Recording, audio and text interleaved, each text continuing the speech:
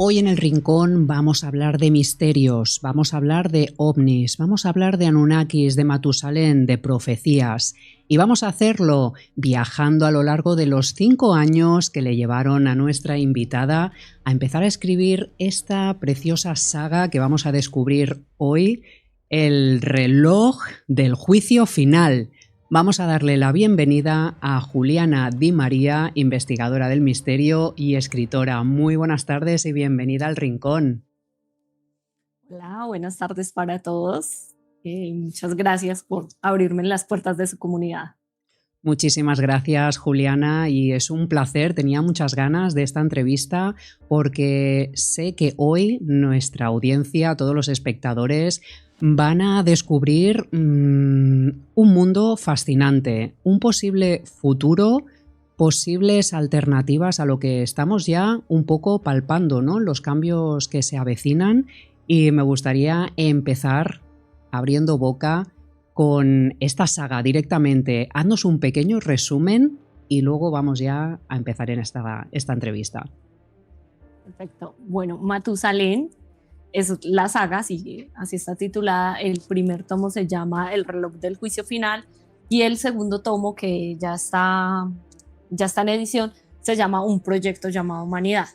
Básicamente lo que nos cuenta Matusalén, o sea, lo que nos cuenta el reloj del juicio final, es que hay un importante líder religioso que no lo era, o sea, él era un científico y empezó a hacerse muchas preguntas sobre la existencia de la humanidad, sobre por qué estamos en este mundo, cosas que él iba descubriendo y lo llevaron a lo que nosotros podríamos llamar una crisis existencial.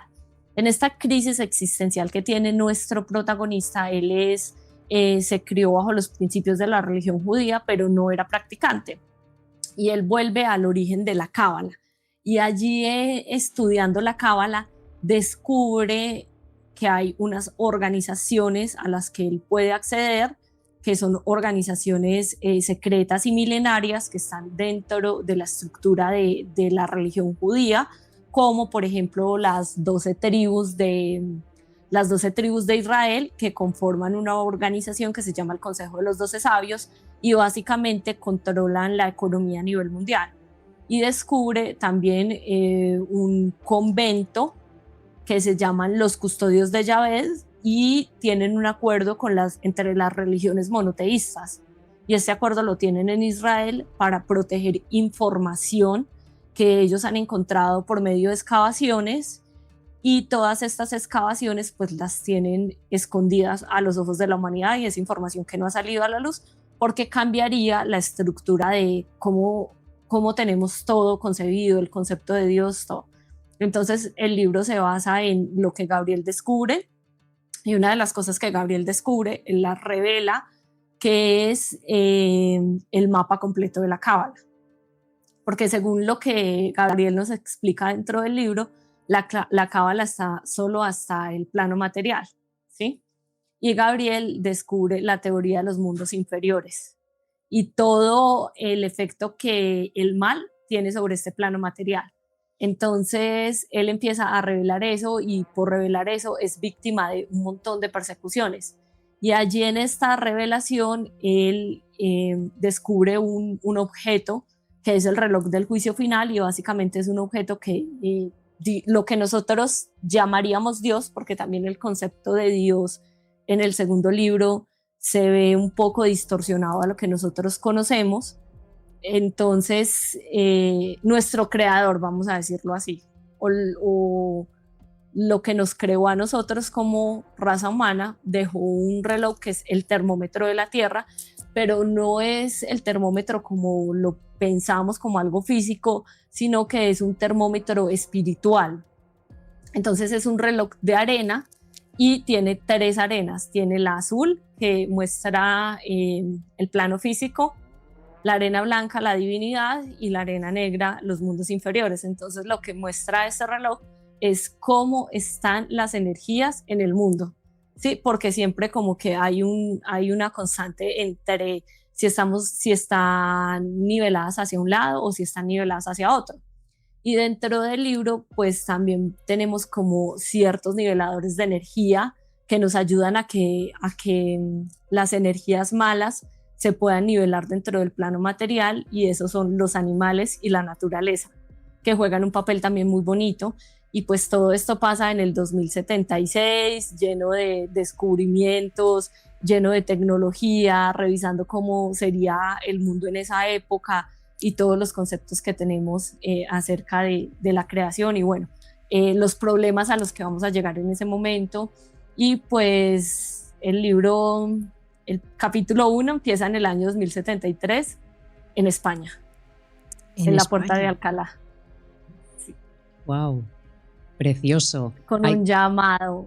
Con un llamado. Hay que decir que esto no sale de la nada, que Juliana, tú te has criado en una educación, podemos decir, católica, y esta investigación de 5 años más o menos que te ha llevado para empezar a escribir esta saga, te ha removido por dentro, te ha hecho cuestionarte muchísimas cosas que tú ya tenías, como no, aquello que decimos, lo que tenemos programado ya desde pequeños.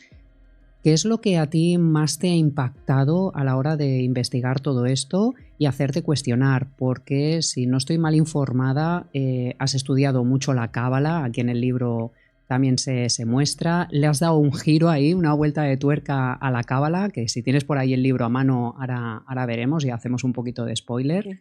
Incluso te has formado directamente con judíos, ¿no? De esta filosofía. Sí, Cuéntanos he tenido la oportunidad de estudiar con rabinos y eso ha sido también muy enriquecedor. Cuéntanos pues entonces, mira, ¿cómo ha sido este choque para ti?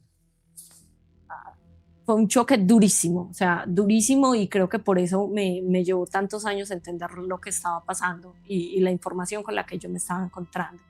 Yo crecí en un pueblo muy pequeño de Colombia con una formación extra católica en un colegio de monjas, o sea, donde la misa, el rosario, o sea, la estructura clásica de la religión católica. Siempre con muchísimas preguntas. Desde pequeña yo me he preguntado ¿quién es Dios? Y entonces me empezaban a hablar de Jesús y yo no, pero ¿quién es Dios? ¿Quién creó a Dios? O sea, eso era como algo latente y nadie me podía explicar, y pues era como muy, tienes que rezar el rosario, tienes que hacer esto, y a mí todas esas cosas me parecían ilógicas, pero era lo único que yo conocía. Yo siempre quise escribir, siempre tuve como ese deseo, pero pues también era como no lo puedes hacer, no lo vas a lograr. Yo creo que uno es también como producto de las voces que tiene alrededor, pero yo a todo le estaba creando historias. O sea, yo veía un pajarito y yo le creaba una historia en el árbol, una familia, o sea, rápido mi mente creaba historias todo el tiempo. Cuando ya tuve la conciencia de los libros, de escribir todo, o sea, me empecé a meter en ese mundo de una forma impresionante, y yo siempre sostenía que yo iba a ser escritora. Estudié Derecho, tuve una formación en leyes, o sea, como que mundos opuestos, trabajé un montón en temas de políticas, en campañas con políticos en Colombia, en Brasil, y eso como que se alejaba cada vez más. Pero un día tuve un retraso en el aeropuerto, yo ya tenía como esas ganas de escribir, o sea, mi ser me decía, tienes que escribir, y yo estando en el aeropuerto se me vino el título, se me vino el nombre de Matusalén, y yo empiezo a investigar un montón de cosas, y en esas cosas pues me salieron unos videos sugeridos de la cábala. Todavía recuerdo ese primer video que era de un judío que se llama Teoría de los Mundos Superiores. Ahí empezaba a explicar la importancia de la cábala, el origen, todo, y pues me di cuenta que también dentro de la religión judía hay muchísima resistencia al tema de estudiar cábala, porque ellos, los que son más ortodoxos, pues solo lo pueden estudiar hombres a partir de los 40 años, porque ya tienen una madurez. O sea, hay muchísima cosa, no es como que los judíos digan, uy, todos estudiamos cábala, como por decir acá todos en el catecismo estudiamos la Biblia. No, o sea, es un tema incluso para ellos bastante hermético, o sea, son muy herméticos. Entonces eso me empezó a llamar muchísimo más la atención, y tuve la oportunidad pues de de involucrarme muchísimo más con la religión, conocí judíos, me metí muchísimo en la cultura sin quererlo, ¿sí? Porque eran amigos originarios de Israel, entonces empecé a asistir a Shabbats, pero, o sea, así como ellos los practican, o sea, así como súper puro. También tuve la oportunidad de ir a sinagogas, tuve la oportunidad de que los rabinos sí me explicaran bien el tema de la cábala y empecé a acceder a una información y empecé a estudiar mucho más y conocí los evangelios apócrifos, que me parece que son mal llamados porque tienen incluso más evidencia científica que los canónicos. Y cuando tú ya descubres todo eso, o sea, te chocas con una realidad porque tú dices, mira, toda esta gente, o sea, tanto católicos como judíos como musulmanes, pues hacen las cosas de acuerdo a unas normas religiosas, tienen como su, ¿cómo decir? O sea, tienen sus reglas dentro de la religión y ellos lo hacen y cada uno haciéndolo con el fervor que lo hacen, pues eso es para llegar donde su Dios. O sea, todos lo hacen para llegar donde Dios, pero todos creen tener la verdad absoluta. Entonces tú dices, ven, ¿y quién tiene la verdad absoluta? Entonces, una persona que ha sido un buen judío toda su vida y que cree eso, entonces no va a ir al cielo porque el Dios de los católicos dice otra cosa o el Dios de los musulmanes dice otra cosa, o incluso la gente que practica otras cosas alternativas como el budismo o ya otras cosas, entonces no vas a ir al cielo. Y constantemente pues he visto dentro de las religiones que ellos hacen lo que sea por violar las normas, pero por entender que no las están violando, o sea, por hacer cosas que quieren, pero como dentro de estas normas, porque si violo la norma voy, o por ejemplo, ese dicho que en Colombia es muy típico que dice que el que reza y peca empata. Entonces, claro, tú cometes un montón de pecados, pero vas y te confiesas y ahí borrón y cuenta nueva, ¿cierto? Y con rezar y con todo eso no tiene sentido. Entonces choqué con todo eso demasiado, me encontré con demasiada información y pues pasó lo que tenía que pasar. Me alejé de las religiones por completo, abrí mi mente muchísimo más y en ese momento pues empecé a entender y siento que también en ese momento me empezaron a llegar muchos textos, conocí a JJ Benítez, conocí como todo lo maravilloso de las investigaciones y pude conocer también a muchísima gente que investiga y explora temas de misterio y pues tengo una creatividad muy grande, una imaginación grande. De ahí me cogí para crear toda esta saga de ciencia ficción. Claro, tú has ido cogiendo todos los temazos que están encima de la mesa. Estamos hablando pues ¿no? de los textos apócrifos.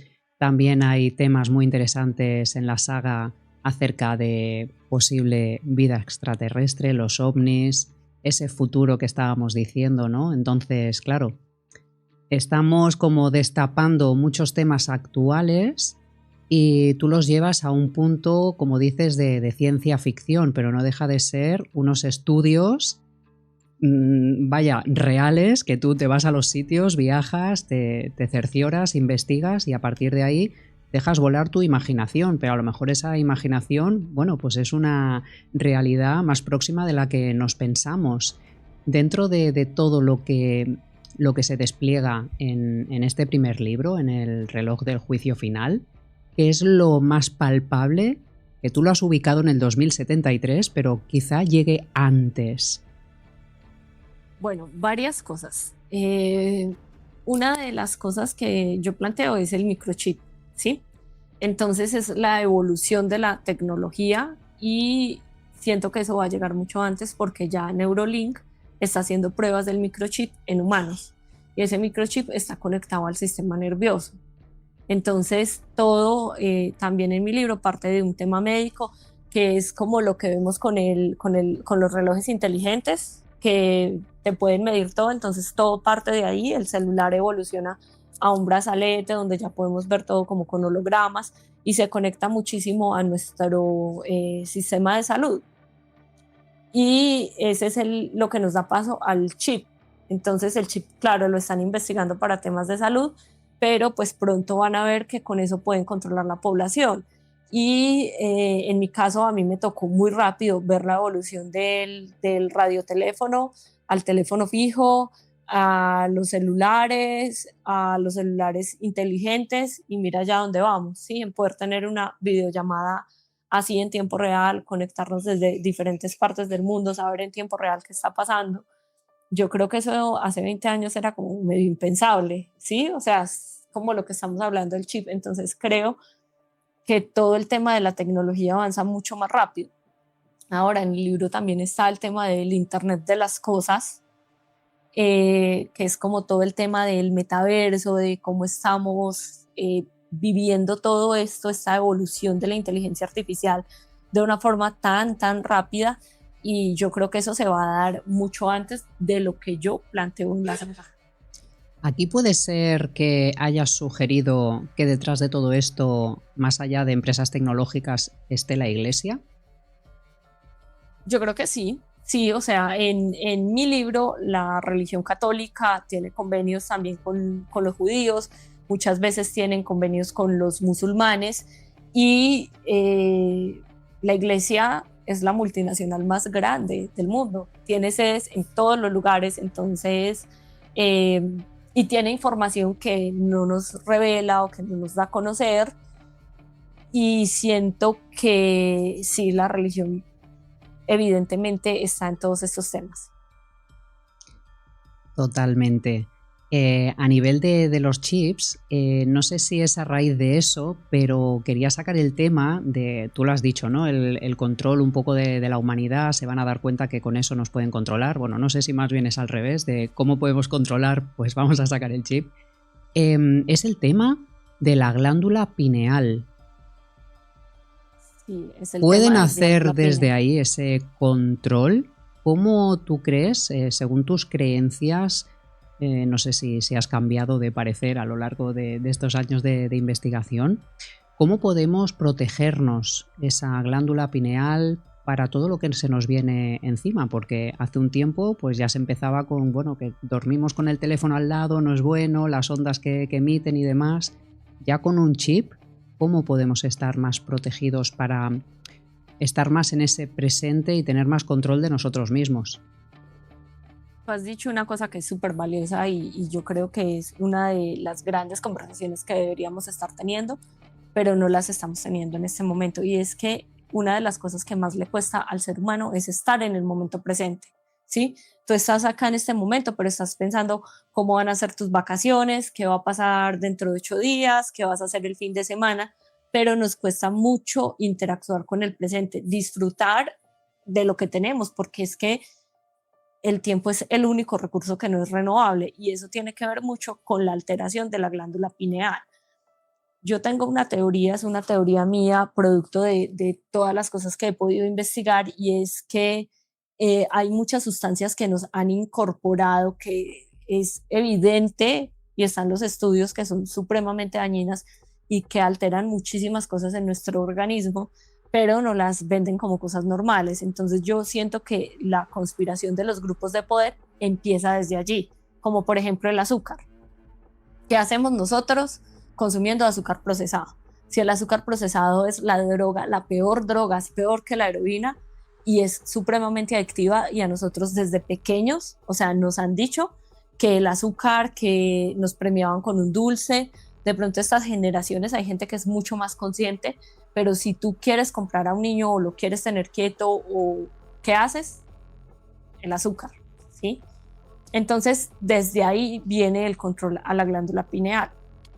Otra cosa, nosotros no tenemos acceso tan públicamente en este momento a todos los estudios que hay sobre la glándula pineal, ¿sí? Que muchos dicen que es la sustancia de Dios, que es una glándula que es increíble. O sea, nosotros en este momento, claro que sí están esos estudios, pero no nos han dicho que esos estudios están. Entonces, una sola cosa para la que tú puedes proteger tu glándula pineal y además todo tu organismo: no consumas azúcar.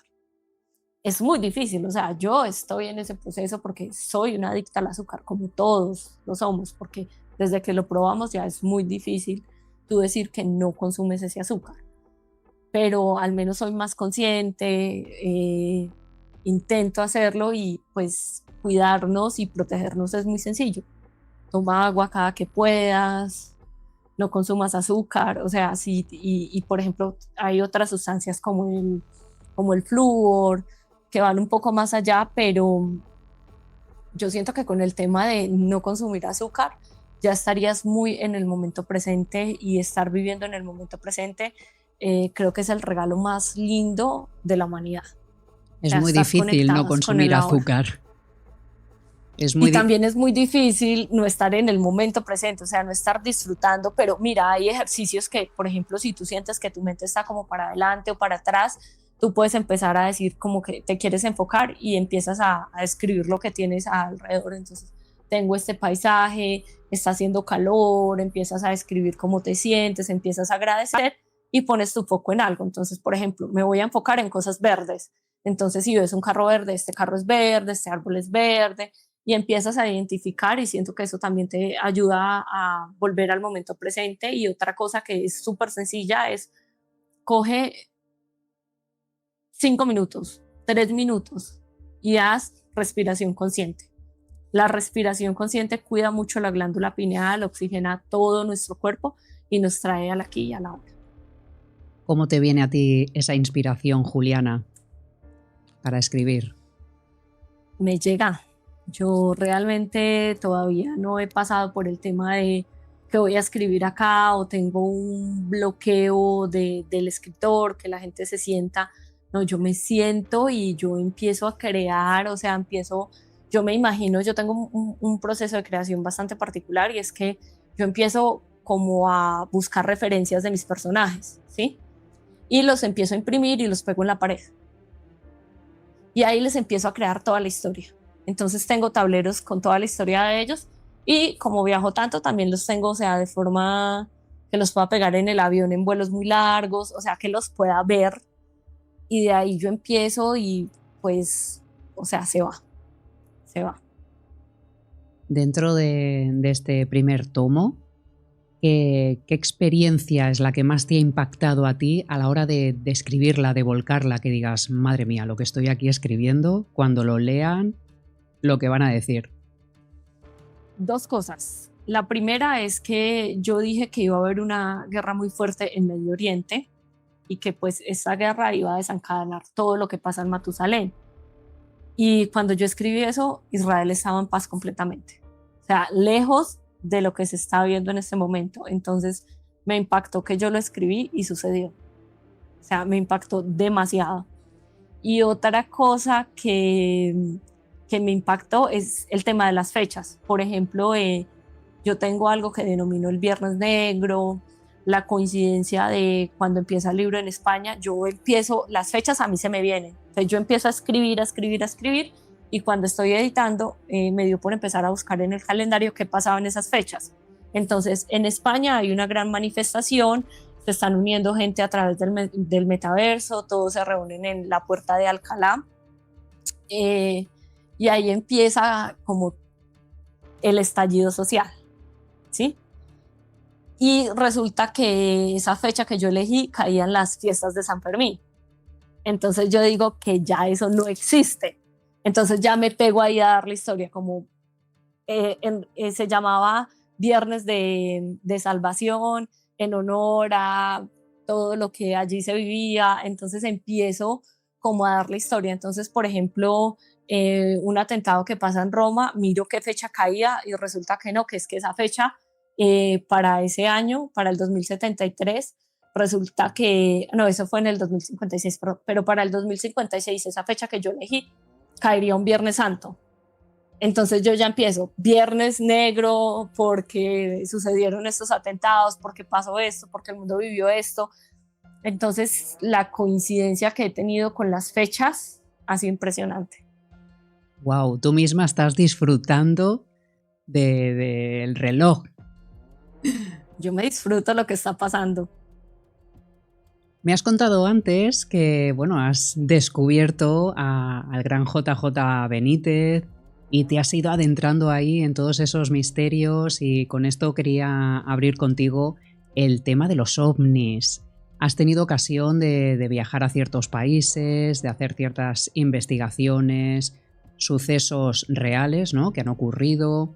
y has recogido pues todos esos testimonios y también los has volcado en el reloj del juicio final. Cuéntame, ¿cuál ha sido también la experiencia que más te ha impactado, lo que más te ha inspirado? Y después quiero seguir con cómo ves tú nuestro futuro. Bueno, con el tema de los ovnis, lo que más me impacta o lo que impacta siempre son los testimonios, y más de casos pequeños que he podido recolectar o que he tenido la oportunidad de conocer. Lo que más me ha impactado son las investigaciones que personas como JJ Benítez, como Jaime Maussan, como la misma Lourdes Gómez han hecho sobre ciertos acontecimientos ovnis. Por ejemplo, el caso de Virginia en Brasil, el caso de la Noche de los OVNIs también que sucede en Sao Paulo, el caso de Roswell, y hay otros casos en Nuevo México que tienen demasiada evidencia, o sea, que tú no tienes cómo decir que no son reales, ¿sí? Más que lo que haya escuchado que me haya impactado, es que tú estás viendo las evidencias. Y casos recientes, hay un caso de Perú, de las momias de Nazca, que lo tiene Jaime Maussan, y Jaime Maussan pues ha sometido a diferentes experimentos, está trabajando con universidades, y ha tenido muchísimos problemas porque él tuvo que sacar las momias de una forma no muy condescendiente con el gobierno de Perú. Y este caso a mí me ha impactado muchísimo. También JJ Benítez tiene una investigación en su último libro sobre unas piezas arqueológicas que se encontraron en México, y son más de 3.500 piezas, y la tecnología con que estas piezas fueron elaboradas pues apenas la estamos viviendo ahora y no está perfeccionada en este momento. Entonces, encontrarme con todos estos casos que tienen tanta evidencia científica, pues me inspira para lo que yo estoy creando en Matusalén, en toda la saga, sobre todo porque el segundo tomo se llama Un proyecto llamado Humanidad, y el segundo tomo tiene que ver mucho con temas ovnis, con cómo fuimos creados, por qué fuimos creados, y todo lo que está pasando en este momento con la humanidad. Entonces todo eso pues me ha llevado a dejar volar mi imaginación, porque lo que yo escribo es ciencia ficción, basándome pues en cosas que están pasando realmente. Y yo, ¿para dónde creo que va el mundo? Pues yo creo que día a día más personas se van interesando por estos temas, día a día muchas personas se alejan muchísimo de las religiones, cualquiera que sea, y siento que hay mucha gente que está entrando como a meditar, como a tener una conexión diferente con ellos mismos, a escuchar más el ser, y están mucho más lejos de las religiones, entonces están mucho más abiertos a este conocimiento. Entonces, por ejemplo, a lo que ellos mal llaman, a mí me parece que son muy mal llamados evangelios apócrifos, pero a estos evangelios, que incluso hay evangelios mucho más antiguos de los que están en el canon bíblico, y la misma Biblia, bueno, no, la misma iglesia tiene acontecimientos que han sido tomados de los evangelios apócrifos. Por ejemplo, sobre la Virgen María, todo lo que toman sobre ella pues están los evangelios apócrifos, no está en el canon bíblico. Entonces tú ves que ellos constantemente se contradicen, y yo creo que el mundo se acerca a un despertar de conciencia cada día más grande, y siento que la gente cada día se hace mucho más estas preguntas, está mucho más abierta a estos temas. Siento que las religiones han perdido muchísima fuerza, o sea, si tú miras a nuestros antepasados, ellos eran mucho más religiosos que lo que somos nosotros.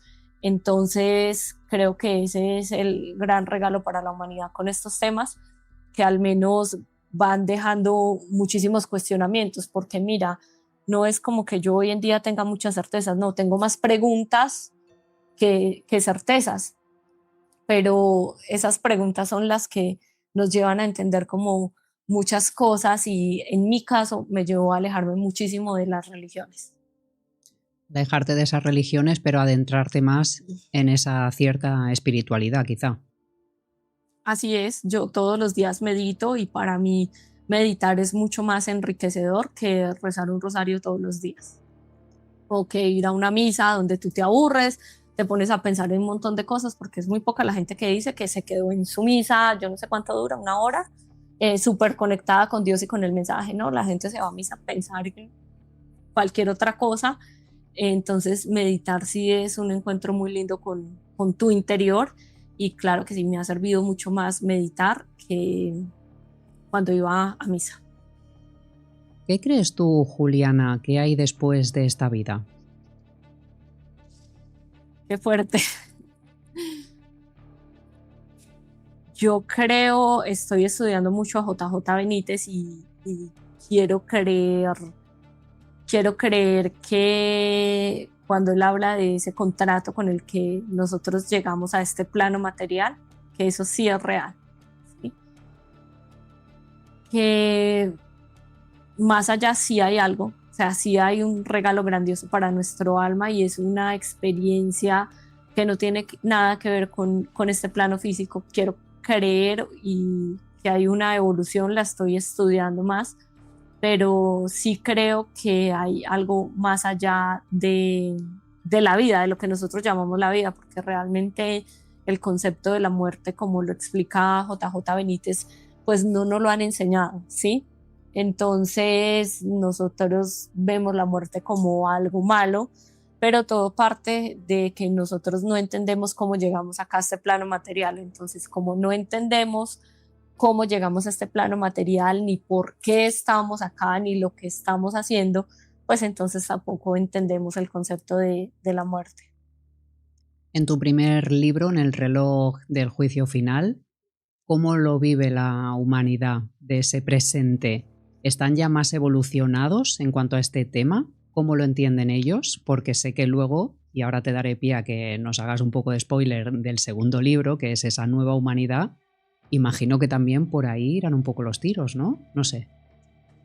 Bueno, para el 2073 todavía no lo entienden. O sea, ya están un poco más lejos de las religiones, pero tienen también un caos ambiental, tienen temas de casos de ovnis que están viendo y con los que están interactuando constantemente.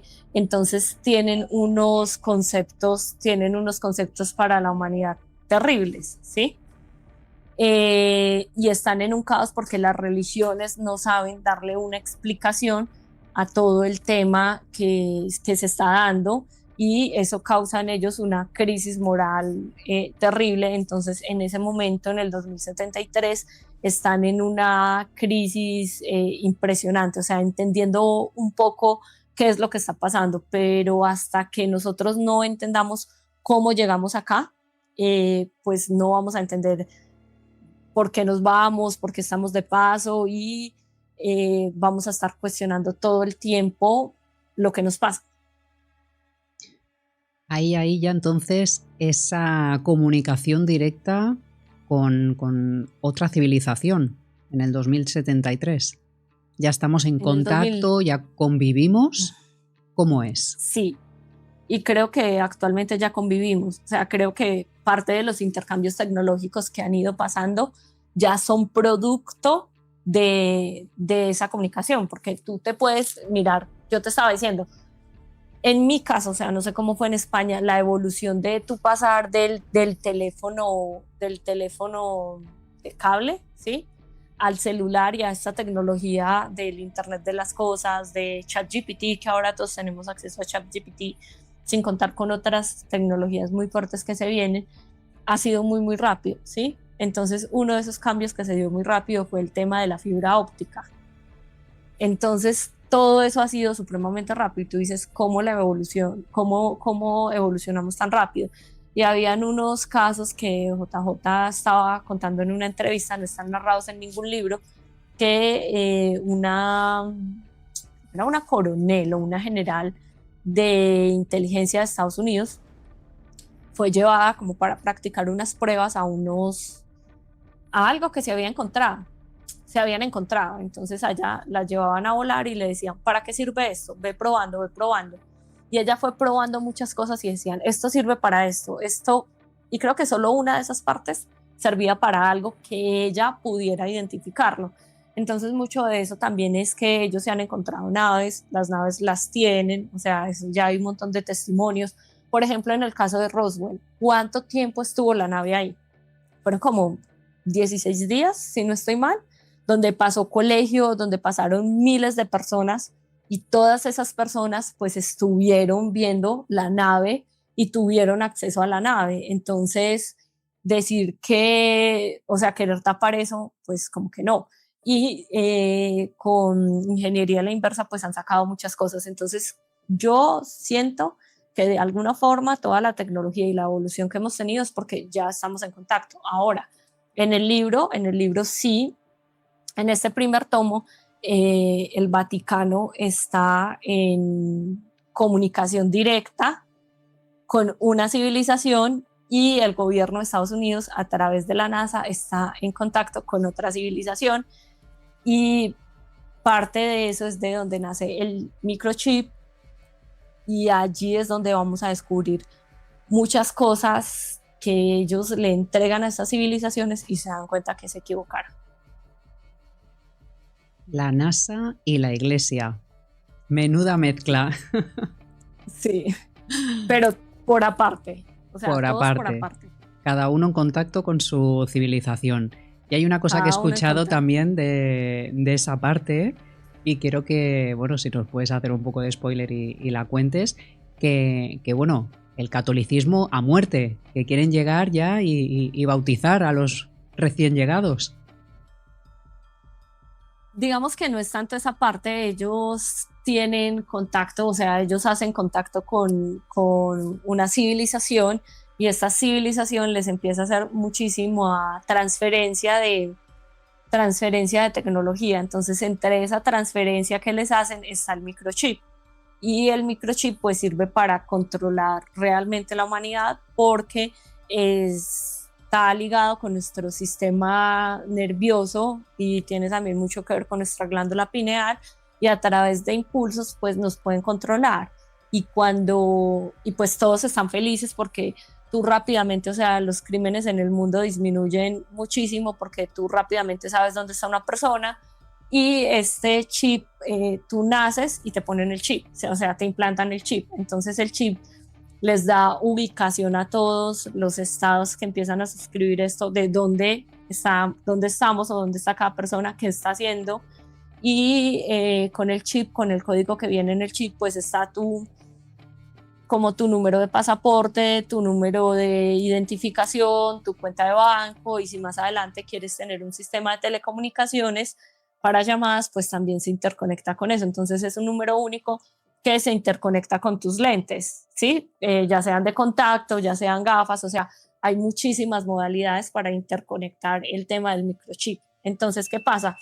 Si tú estás, por ejemplo, no sé, estás en Madrid y estás viendo que se está cometiendo un robo, tus lentes se están grabando, tú les dices comunicarse con el sistema de la policía, inmediatamente sube esa evidencia, identifican a la persona y pues rápidamente ejercen ese control.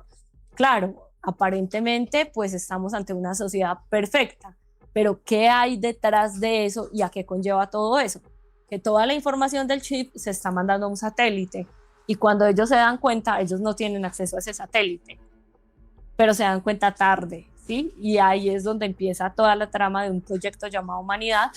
Y me gusta mucho cómo le doy inicio a ese libro porque empieza con unas preguntas existenciales sobre Dios, sobre qué pasaría si el concepto que nosotros tenemos de Dios pues no es como las religiones nos lo han contado.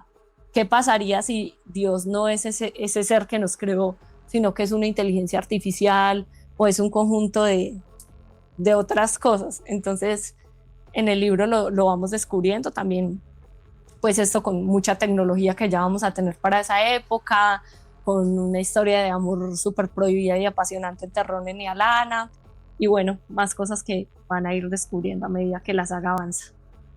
¿Será que también la alimentación va a evolucionar? Decías que hay que cuidarse, dejar el azúcar, beber agua, pero puede ser que llegue un momento en el que ni siquiera podamos cultivar, ni siquiera podamos seguir produciendo los alimentos y nos alimentemos con unas pastillitas.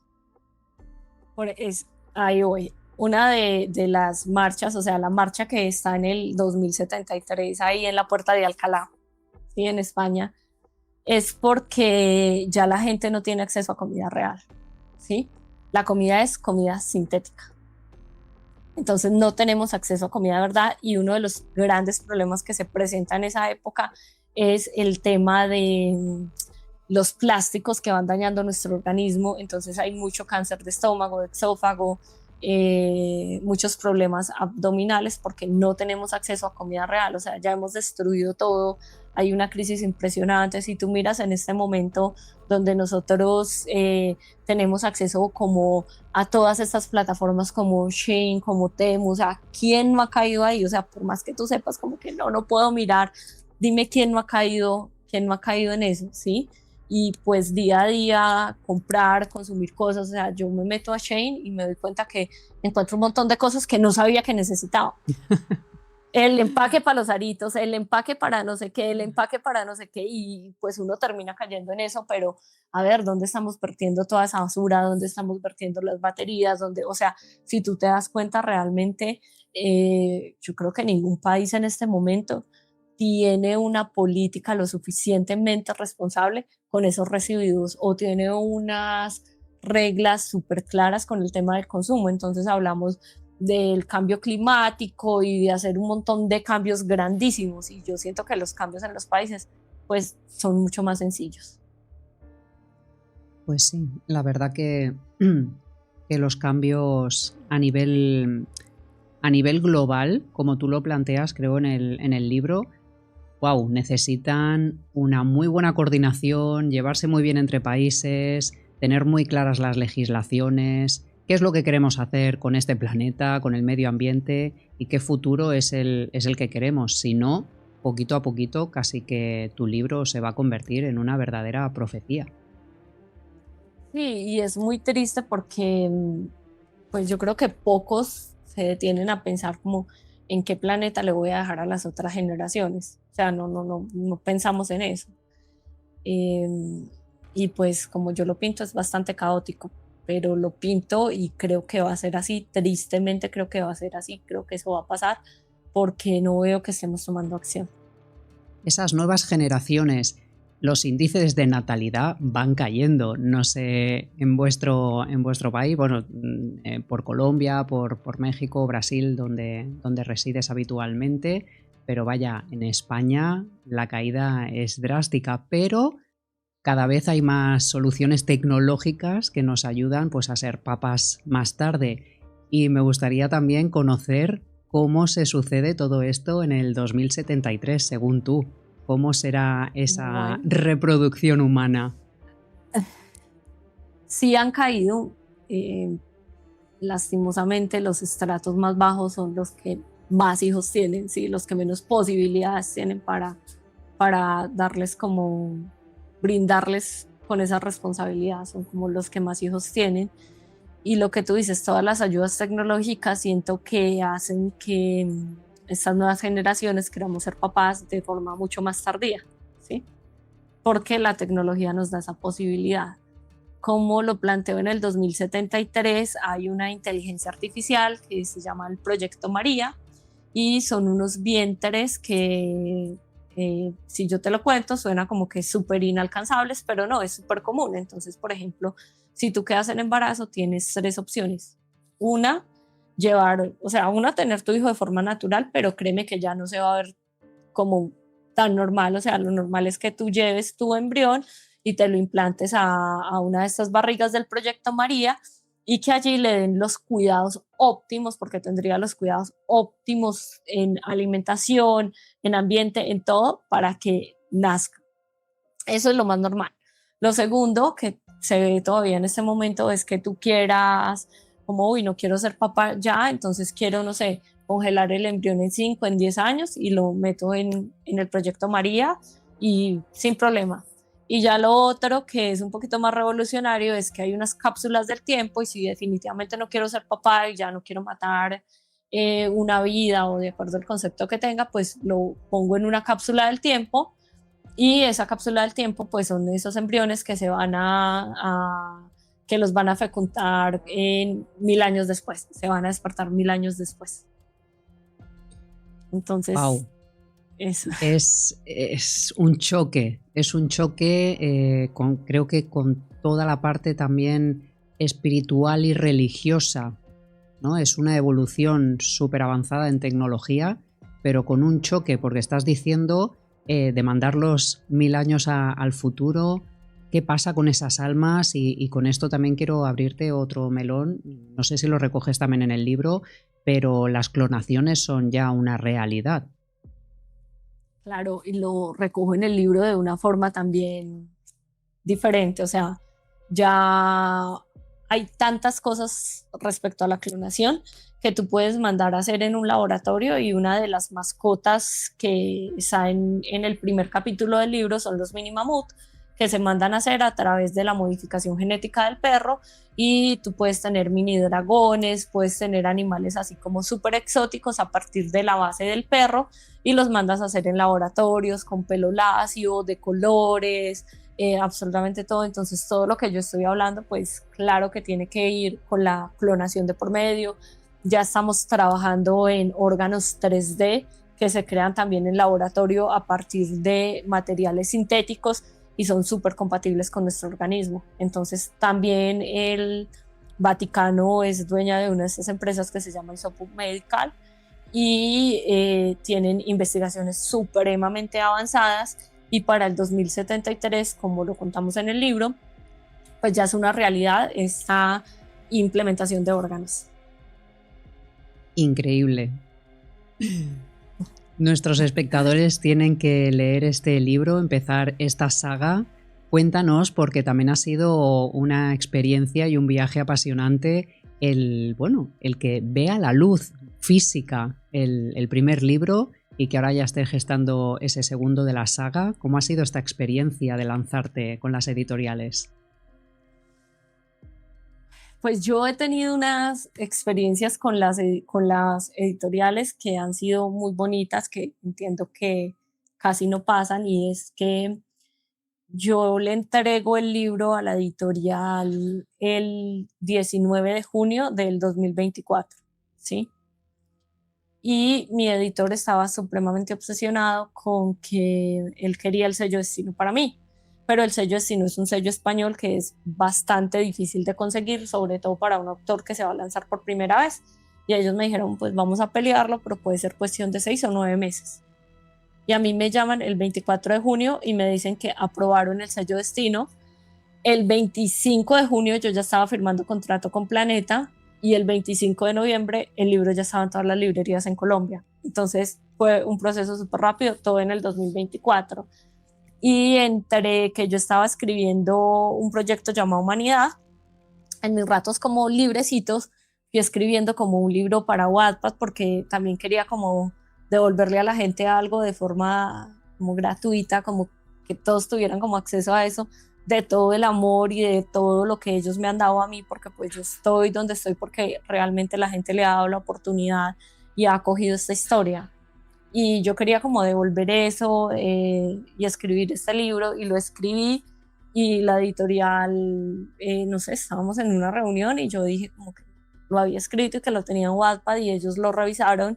Iba a ser la campaña de Amor y Amistad en Colombia, que Amor y Amistad es en septiembre, y sale publicado con una edición súper linda, a varias tintas, con muchos colores, no tiene nada que ver con la saga, o sea, es totalmente diferente. Entonces mi experiencia con las editoriales ha sido muy rápido, porque realmente yo le entregué a la editorial ese libro hace menos de un mes, no estaba editado, lo tenían que editar y el libro ya está por salir, sale para septiembre. Entonces también todo ha sido como muy rápido, como muy fluido, no he tenido como ese choque, no me han dicho por qué dices esto, por qué dices lo otro, no hables así de la iglesia, no he tenido nada. Sí, he estado censurada ya en algunas universidades, lo cual me alegra. Estás generando controversia, estás generando debate, Juliana. No en colegios, pero me llamó muchísimo la atención, y yo suspendida en una universidad, y yo, eso pasa, sí, eso pasa. y pues la cantidad de gente insultándome, yo digo, pero es que yo escribo ciencia ficción, o sea, ¿quién está diciendo que es que esto es un manual, que es que yo estoy prediciendo el futuro? O sea, ¿quién está diciendo esto? Y mira, yo veo que en Latinoamérica hay un montón de hombres que hablan de esto y generalmente no pasa nada, o sea, la gente lo sacó súper bien, pero una mujer va a hablar de esto y es súper difícil, o sea, Lourdes Gómez, que es una periodista española que yo sigo mucho y que en Latinoamérica seguimos mucho, ella hace tiempo estaba hablando que iba a haber un apagón en Europa, ¿sí? En España, y tenían como las evidencias, los kits que estaban vendiendo todo, y se fue la gente a insultarla, una cosa impresionante. Entonces se dio el apagón y ella, miren que...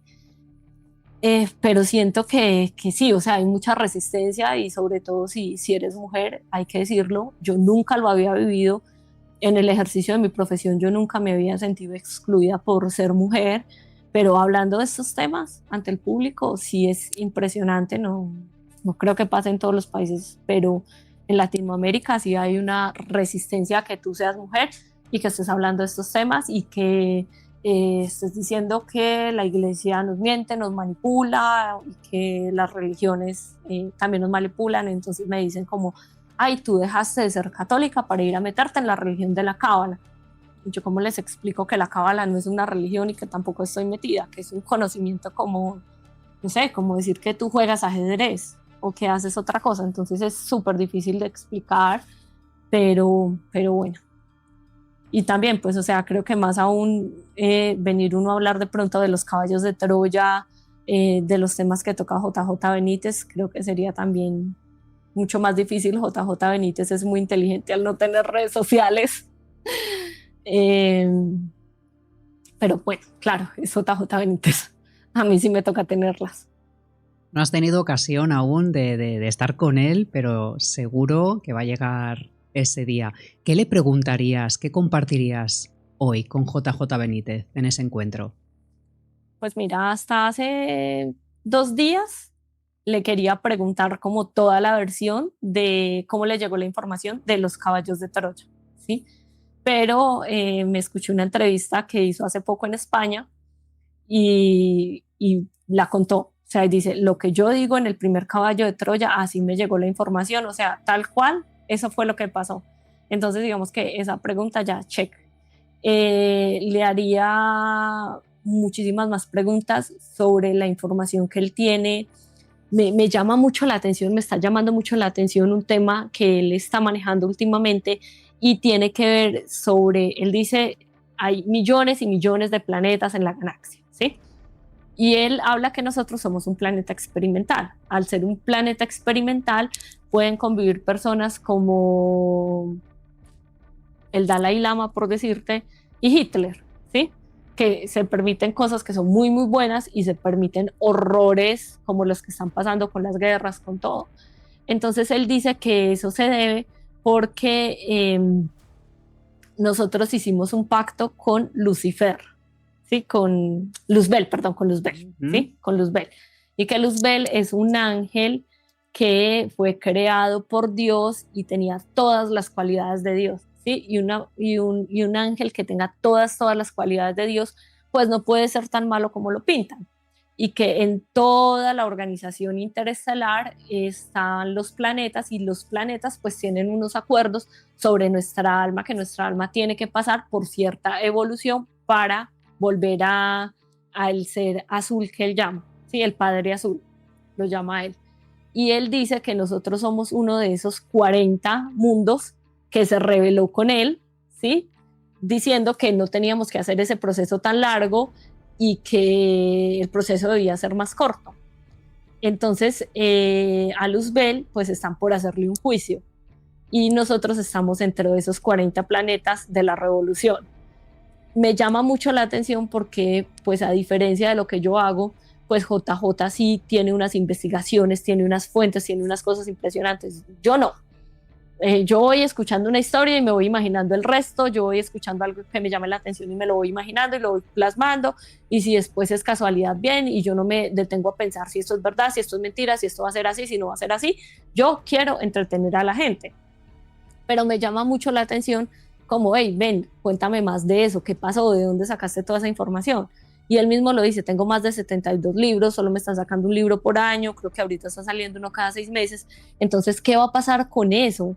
¿Qué va a pasar con toda esa información que él ya tiene? Él dice que la editorial, que Planeta, no le quiso recibir los libros para seguirlos publicando, que sería como lo más lógico, pero dijo que no. Entonces, ¿qué va a pasar con toda esa información que él tiene?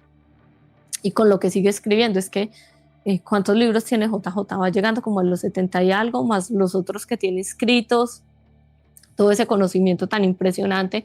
Entonces eso me llama muchísimo la atención. ¿Qué es lo que quieres saber de eso exactamente? O sea, si realmente es así, que ahora estamos revelados y no tenemos que como que reencarnar tanto para llegar yo no tengo duda de lo que él dice. Quiero saber es cómo le llegó la información, así como que, oye, mira, los caballos de Troya me llegaron así. Y otra cosa es que él tiene un anillo que se encontró buceando, ¿sí? Y es un anillo bastante particular. ¿Han escuchado la historia de ese anillo? Sí. Cuéntala para los espectadores, así súper resumida. Él dice que él estaba investigando un caso y que estaba, creo que era en Egipto, y que pidió una señal. Y en el Mar Rojo, si no estoy mal, él se encontró ese anillo. El anillo pues está hecho con tecnología que no podemos explicar. Él conserva el anillo y el anillo se mantiene a unas temperaturas muy, muy frías, por debajo de cero. Y, o sea, cambia muy, muy rápido de temperatura. O sea, realmente es algo muy especial ese anillo. Y él dice que a veces se lo presta a amigos por un ratico y que él ha sentido que cuando una persona no es tan confiable, creo que el anillo, creo que es que se le enfría. Como que entonces, es un chivato, pues, ¿no? Como que hace de chivato el anillo. Entonces, y también dice que una persona le dijo que el anillo pertenecía que el anillo era un regenerador de ADN. ¿Sí? O sea, le han llegado como mucha información sobre el anillo. Entonces, pues, quisiera tener el anillo en mis manos. Tocarlo, ¿no? Poderlo sentir. Tocar un poco, mirar qué es. Sería muy curiosa en ese tema. Sería muy curiosa en preguntarle cómo le llegó toda esa información de Luzbel. Él tiene un libro también de las guerras de Javed y explica por qué Javed no es Dios, cómo Javed manipuló como todo, como a esa población en ese momento para llegar, instalarse en ahí. Entonces él dice, esto no es de Dios, esto no es del Padre Azul.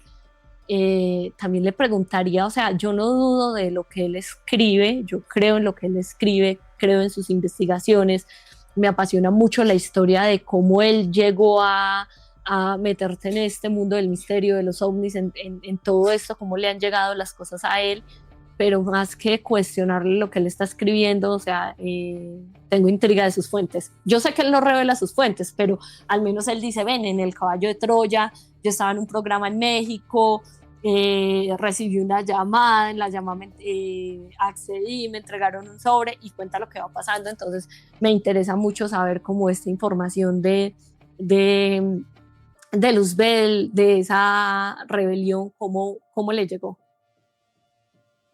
Pues ojalá que tengas ese encuentro. Nosotros desde aquí tenemos también invitado a JJ Benítez, que también sería un honor para nosotros poderle entrevistar en El Rincón.